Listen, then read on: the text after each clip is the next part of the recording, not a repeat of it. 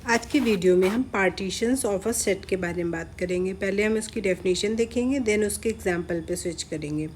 तो डेफिनेशन देखिए क्या होती है। पार्टीशन ऑफ अ सेट, तो पहले हम इसके जो वर्ड मीनिंग है उसको समझ लेते हैं। वर्ड के अकॉर्डिंग क्या कह रहा है, पार्टीशन ऑफ अ सेट, एक कोई सेट होना चाहिए और उसके पार्टीशन करने, यानी कि थोड़े छोटे छोटे उसके टुकड़े करने हैं। तो जनरली अगर हम देखें किसी सेट को हम इस तरीके से हम डिनोट करें, ये कंप्लीट यूनिवर्सल सेट है, उसके पार्टीशन आप ऐसे कर सकते हैं। कुछ भी आपने इसके छोटे छोटे टुकड़े कर दिए तो ये इसके पार्टीशन हो जाए। ठीक है, ये तो हो गए आपके जनरल आप लैंग्वेज में हम समझा रहे हैं। बट अगर हम डेफिनेशन की बात करें तो डेफिनेशन में ये दो चीज़ें होनी चाहिए। पहली चीज़ तो किसी भी पार्टीशन के लिए आपके पास एक यूनिवर्सल सेट होगा। सपोज हमने उसे एस से डिनोट कर दिया, और एस के आपको सबसेट चाहिए होंगे। जैसे कि किसी पी में आपने कह दिया A1 A2 A3 dot dot dot dot, बहुत सारे ही, कुछ भी कितने भी हो सकते हैं, फाइनाइट हो सकते हैं, इनफाइनाइट हो सकते हैं, उससे मैटर नहीं करता। तो सबसे पहली चीज़ कि जितने भी आपने इसके सबसेट लिखे हुए हैं, AI जो होगा वो सबसेट होगा इसका। तो अगर आप इनका यूनियन करेंगे, यानी कि यूनियन ऑफ AIs करेंगे, तो आपको कंप्लीट सेट S मिलना चाहिए। और दूसरी चीज़, ये कोई भी दो सेट आपस में ले लीजिए, ये म्यूचुअली डिसजॉइंट होने चाहिए, यानी कि किसी का भी इंटरसेक्शन जो होना चाहिए वो एम्प्टी होना चाहिए। तब आप कहते हैं कि ये सेट इस पे ये जो P बनाया है आपने, ये इसका एक पार्टीशन है। एग्जाम्पल के थ्रू अगर हम बात करें तो मान लीजिए किसी भी सेट को आपने इस तरीके से डिनोट किया, ओके, और आपने इसके छोटे छोटे हिस्से कर दिए। सपोज़ यहाँ पे एक हिस्सा कर दिया, इसको नाम दे दिया A1, इतने पोर्शन को नाम दे दिया आपने A2, इतने पोर्शन को नाम दे दिया आपने A3, और इस वाले पोर्शन को नाम दिया आपने A4, और ये रेस्ट बन गया आपका A5। तो आपने कंप्लीट S के 5 टुकड़े कर दिए। ठीक है, तो क्या ये पार्टीशन बनाएंगे? अब देखिए A1 A2 A3 A4 A5, अगर इन सबको मैं फिर से जोड़ दूँ, यानी कि इन सबका यूनियन कर दूँ, तो क्या मुझे कंप्लीट S मिल जाएगा? बिल्कुल मिल जाएगा। तो इसका मतलब फर्स्ट प्रॉपर्टी तो सेटिस्फाई हो रही है। सेकंड प्रॉपर्टी की अगर हम बात करें तो क्या इनमें से कोई भी दो सेट या दो टुकड़े उठाऊँ तो कॉमन है कुछ भी दो में? बिल्कुल कॉमन नहीं है। जैसे कि इन दोनों में अलग है, ये अलग है। ठीक है, कोई भी दो ले लूँ तो उनमें कुछ भी एलिमेंट कॉमन नहीं है, यानी कि ये आपस में कैसे हो रहे हैं? डिसजॉइंट हो रहे हैं। डिसजॉइंट होने का मतलब हुआ कि इनमें कोई भी एलिमेंट कॉमन नहीं है। तो इसलिए कह सकते हैं कि A1 A2 A3 A4 A5 जो है वो S का एक पार्टीशन बनाएंगे। ठीक है, अगर इसका एक एग्जांपल ये भी ले लेते हैं कि कौन पार्टीशन नहीं बनाएगा। तो सपोज़ करिए हमने ये एक सेट ले लिया, ठीक है, और हम कह रहे हैं ये A1 ले लिया हमने, ठीक है, ये आपका A2 हो गया यहाँ तक, और फिर ये हमने A3 ले लिया, और देन इसको हमने कह दिया A4। ठीक है, तो देखिए ये यहाँ से यहाँ तक, और सपोज़ करिए ये पूरा हो गया A3, और ये वाला पोर्शन हो गया आपका A4। मैं हाईलाइट कर देती हूँ ताकि क्लियर हो जाएगा। ठीक है, हमने ये पोर्शन तो A4 ले लिया है, ठीक है, लेकिन ये वाला जो पोर्शन है वो हमने A3 की कंसीडर किया है ऐसे। ठीक, ये आपका हो गया आपका A3। तो अब देखिए क्या ये पार्टीशन बनेगा? तो देखिए पहली प्रॉपर्टी सेटिस्फाई करवाते हैं। क्या अगर मैं इन पांचों टुकड़ों को तोड़ दूं तो क्या मुझे कंप्लीट S मिलेगा? बिल्कुल मिलेगा। पहली प्रॉपर्टी सेटिस्फाई। दूसरी, क्या किसी भी दो में कुछ एलिमेंट कॉमन है? तो आप देख सकते हैं इस वाले बॉक्स में और इस वाले A3 में कॉमन है ना, ये वाला पोर्शन कॉमन हो रहा है, और कई सारे में कॉमन है इसमें तो, बट इसमें एक में भी कॉमन हो गया, यानी कि वो डिसजॉइंट नहीं है, तो वो पार्टीशन नहीं बनाएंगे। तो इस वाले केस में पार्टीशन नहीं बनेगा। ठीक है, तो आई होप आपको ये वाली चीज़ क्लियर हो गई होगी, डेफिनेशन क्लियर हो गई होगी, और आपको हमने पिक्टोरियल के एग्जाम्पल लेके आपको समझा दिया। अब हम यहाँ पे न्यूमेरिकल एग्जाम्पल के थ्रू भी समझेंगे कि पार्टीशन होता क्या है। तो यहाँ पे हमने एक सेट लिया हुआ है A = -1 1 2 3 4 5 6 7, और इसमें हमने इसके सबसेट ले लिए A1 A2 A3। ठीक है, सबसेट इसलिए बोल रहे हैं क्योंकि बाई चांस इसमें एक सबसेट नहीं है, मान लीजिए B जो है वो A का सबसेट नहीं है और आपने पार्टीशन में डाल दिया, तो ऑब्वियस सी बात है जब आप उसके साथ यूनियन करोगे तो B में एक एलिमेंट ऐसा होगा ना जो इसमें नहीं होगा। सबसेट नहीं का मतलब यही तो हुआ कि इसमें एक एलिमेंट एक्स्ट्रा होगा, तो ऑब्वियस सी बात, तो भी वो पार्टीशन नहीं बनेगा। तो आइए प्रॉपर्टी सेटिस्फाई करवाते हैं। पहली प्रॉपर्टी, अगर मैं A1 यूनियन A2 और A3 यूनियन करने के बाद क्या मिलेगा आपको इसमें? -1 1 3 5 2, 4 और 7। तो क्या ये कंप्लीट ए बन रहा है? तो देखिए ए में 6 भी आ रहा है, इसमें 6 नहीं आ रहा, तो ये कंप्लीट एस नहीं बना रहा है। तो इसका मतलब ये पार्टीशन नहीं होगा, सेकंड प्रॉपर्टी पे जाने की ज़रूरत ही नहीं है। नेक्स्ट एग्जांपल की बात करते हैं। नेक्स्ट हमने इसी का ही लिया है B1, B2, B3।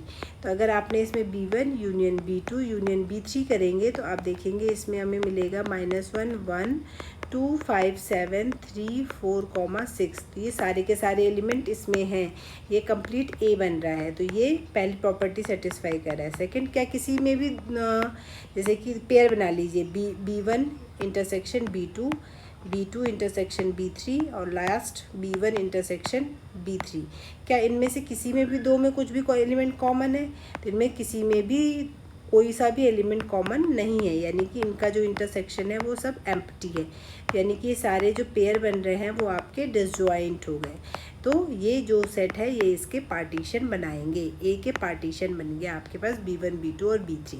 तो आप देख सकते हैं आप बहुत पार्टीशन बना सकते हैं, ऐसा नहीं है कि ये फाइनल पार्टीशन। इसके अलावा आप कुछ भी कर दीजिए। आप B1 इज इक्वल टू यहाँ पे -1, 1 ले लीजिए, B2 इज इक्वल टू आप 2, 5, 7 ले लीजिए, B3 इज इक्वल टू आप 3 ले लीजिए, B4 इज इक्वल टू 4, 6 ले लीजिए। तो ये भी एक पार्टीशन बनेगा इसका, ठीक है। तो कितने भी नंबर ऑफ पार्टीशन जो है वो आप क्रिएट कर सकते हैं किसी भी सेट के लिए। तो आई होप आपको ये पार्टीशन की डेफिनेशन क्लियर हो गई होगी। अब एक और जो इम्पॉर्टेंट एग्जांपल है जो आपके आगे के टॉपिक्स में भी हेल्प करने वाला है, उस पर आते हैं। तो आपने ले लिया सेट ऑफ इंटीजर्स और हम उसमें ऑपरेशन ले रहे हैं a is congruent to b modulo 5, ठीक है।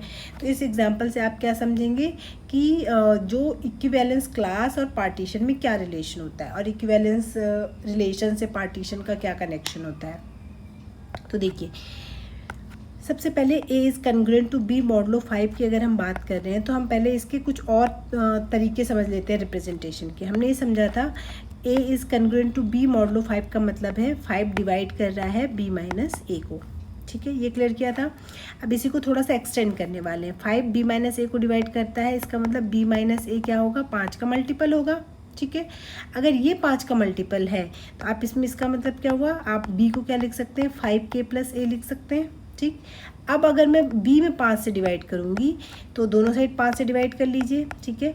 इसको तो रहने देते, इसमें देखिए 5 से डिवाइड करेंगे तो 5 के अपॉन में 5 प्लस ए अपॉन में 5। इसका मतलब क्या हुआ, 5 से 5 इसमें तो कंप्लीट डिवाइड हो जाएगा, यानी कि दो चीज़ें समझ में आ रही हैं। या तो आप ऐसा कहिए कि b में 5 से डिवाइड करने के बाद a रिमाइंडर बचेगा, ठीक है।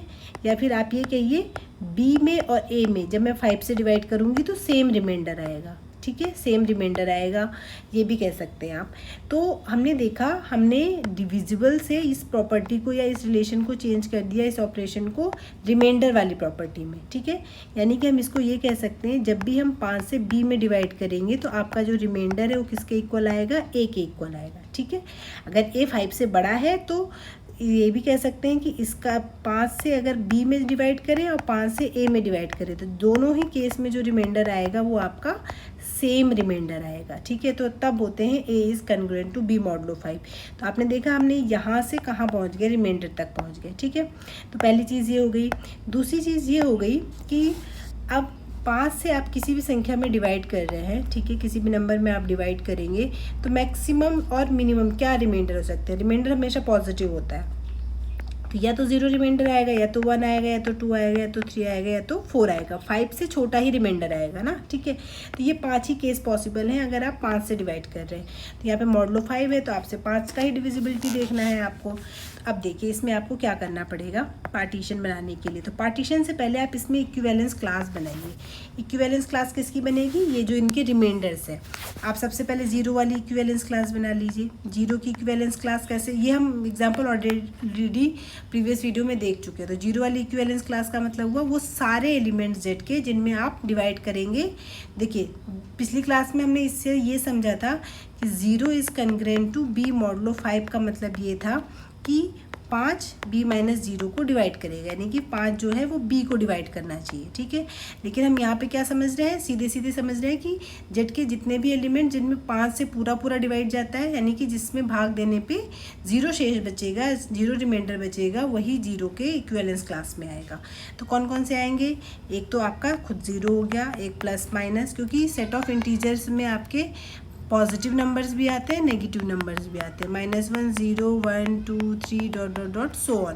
तो इसमें कौन कौन से आएंगे, +-5 +-10 +-15, ठीक है। ये तो बन गई आपकी पहली क्लास।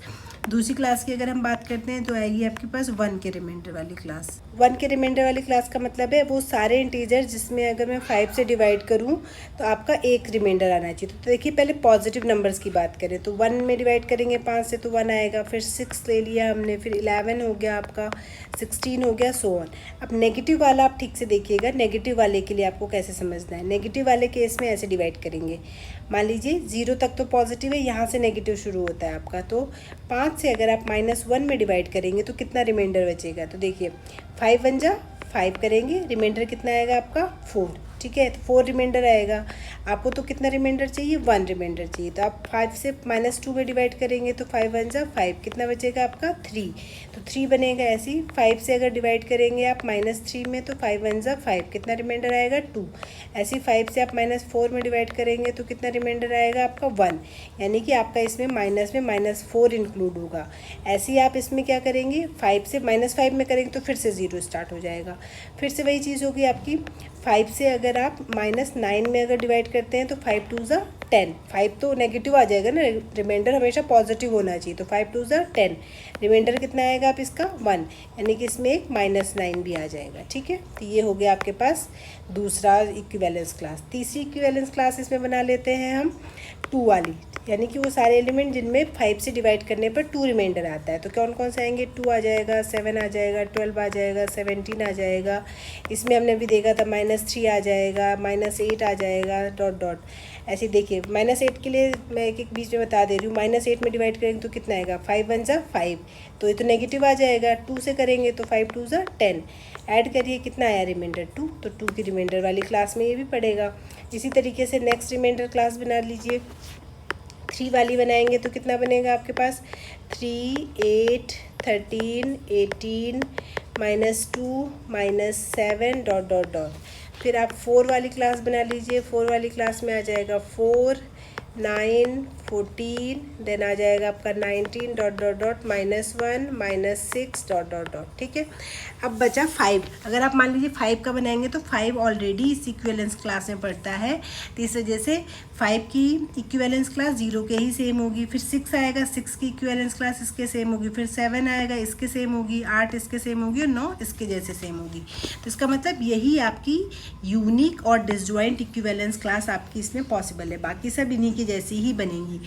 तो इसका मतलब क्या हुआ, अगर आप 5 से डिवाइड कर रहे हैं तो आपकी जो मैक्सिमम इक्विवेलेंस क्लासेस हैं वो कितनी बनेंगी, 5 से छोटे कितने रिमाइंडर हो सकते हैं, 1 2 3 4 और ये 5 जो हैं वो इक्विवेलेंस क्लासेस की बन गई।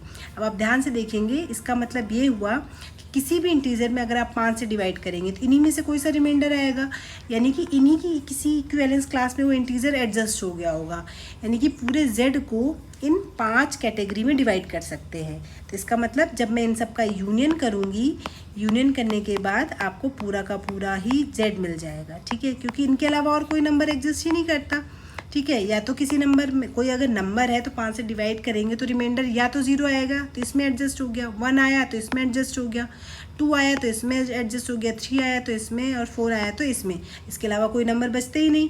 तो इसका पूरा यूनियन करके आपको z मिल जाएगा, ठीक है। और बाकी हमने पढ़ा था इक्विवेलेंस क्लास में कि इक्विवेलेंस किसी भी 2 इक्विवेलेंस क्लास में आपके कोई भी नंबर सेम हो ही नहीं सकते, यानी कि ये आपस में डिसजॉइंट भी होंगे। तो इस तरीके से हमने देखा कि ये जो है ये आपकी इसके पार्टीशन फॉर्म कर रहे हैं, ठीक है। और इसको हम अभी तक कल हम इक्विवेलेंस क्लास पढ़ रहे थे, बट हम इसको यहाँ पे एक शॉर्ट टर्म और यूज़ करेंगे इसके लिए, रेजिड्यू क्लासेस, क्योंकि हम इसमें ये क्लासेस किस बेसिस पे बन रही है, रेजिड्यू यानी कि रिमाइंडर के बेसिस पे। जीरो रिमाइंडर है तो ये, 1 रिमाइंडर है तो ये, 2 रिमाइंडर है तो ये, इस तरीके से, ठीक है। तो आई होप आपको ये वाली चीज़ क्लियर हो गई होगी कि हम पार्टीशन हमने कैसे बनाए। इसी को अगर हम शॉर्ट में समझें, किसी दूसरे एग्जांपल के लिए सेट ऑफ इंटीजर z ले लीजिए, ऑपरेशन चेंज कर दीजिए, b मॉडलो 3 कर दीजिए, ठीक है। तो इसकी पार्टीशन कैसे बनेंगे, एक बनेगा 0 वाली रेजिड्यू क्लासेस, 1 रेजिड्यू क्लासेस और 2 रेजिड्यू क्लासेस, बस इन 3 में ही आपका जो z है वो पार्टीशन बन जाएगा। ये पूरा z इसमें बन जाएगा और ये डिसजॉइंट भी होंगे। क्यों? क्योंकि किसी भी इंटीजर में मैं अगर 3 से डिवाइड करूँ तो रिमाइंडर या तो 0 आएगा, या तो 1 आएगा, या तो 2, यानी कि सारे इंटीजर को इन 3 इक्विवेलेंस क्लासेस में आप डिवाइड कर सकते हैं।